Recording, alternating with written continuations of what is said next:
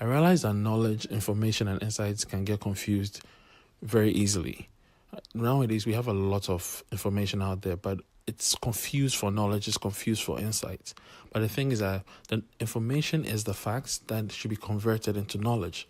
And then the insights will come out of that. So the insights is the thing that you see differently. It's the deeper understanding that you have noticed.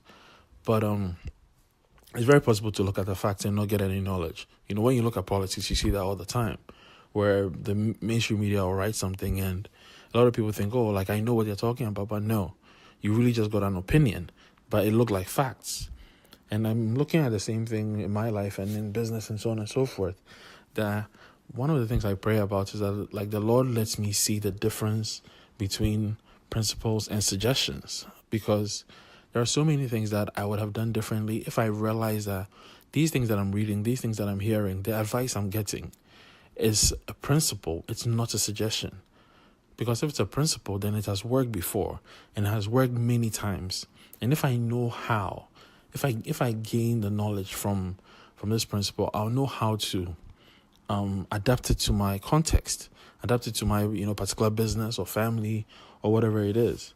And I was speaking with someone recently, and we're talking about business, and I was telling him about how it's really, really important to know what the principles are in your industry and what the principles are in general. So, for example, every single thing you do in business, you have to think about what is the return on investment.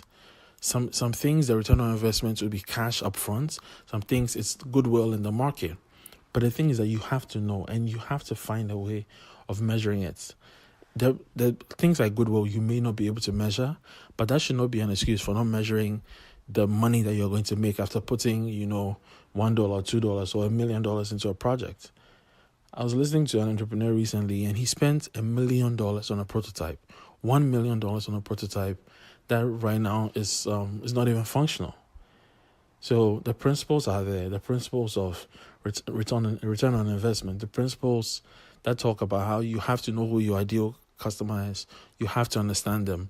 You have to understand pricing. You have to understand the management of resources. You have to understand marketing. You have to understand that it's not just building it and they will come. That's a principle. Once you have it, you have to find a way to get it before the people who are going to pay you money for it. But these things are not suggestions. They sound like suggestions because they're things that seem so simple.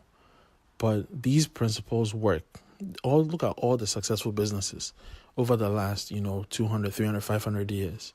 They had a product. They knew who their customer was. They knew what to say. They knew what to show the person for the person to come and buy, or for the organizations to come and buy.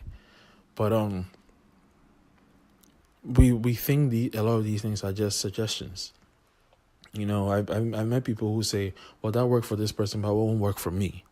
It's not because they have studied, gotten understanding, and know that, okay, this is impossible in my line of work. It's just laziness not to find out if it's a principle or if it's just a suggestion. And I know there are black swans and there are different things and different nuances and so on. And it's folly to think that we know everything. But it's important to find out that these are the facts. What exactly is the knowledge I'm gleaning, and what is the insights? What is the insights? Like, how does this now become results for me? And I think a lot about, because I like reading, I think a lot about, that it's possible to find one idea in a book, in a 300-page book, that is going to transform your life. But if you're not looking for that idea, if you're not conscious of how to mine the facts to get insights, you just really be entertaining yourself.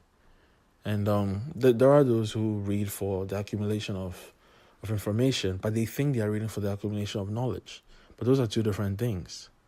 So, like I said, I always pray that like God shows me, like what is the principle here, and what are the suggestions? Because if it's the principle, it's going to work every time. And that's something that I think about a lot.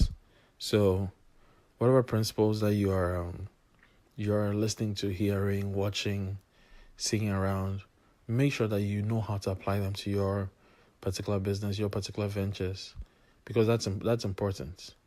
That's really, really important. So thank you for listening. This is Jeffrey Manu. You can find the rest of the episodes at manuequity.com or YouTube, Instagram, any podcast app that you listen to, iTunes, and so on and so forth. Thank you for listening. God bless.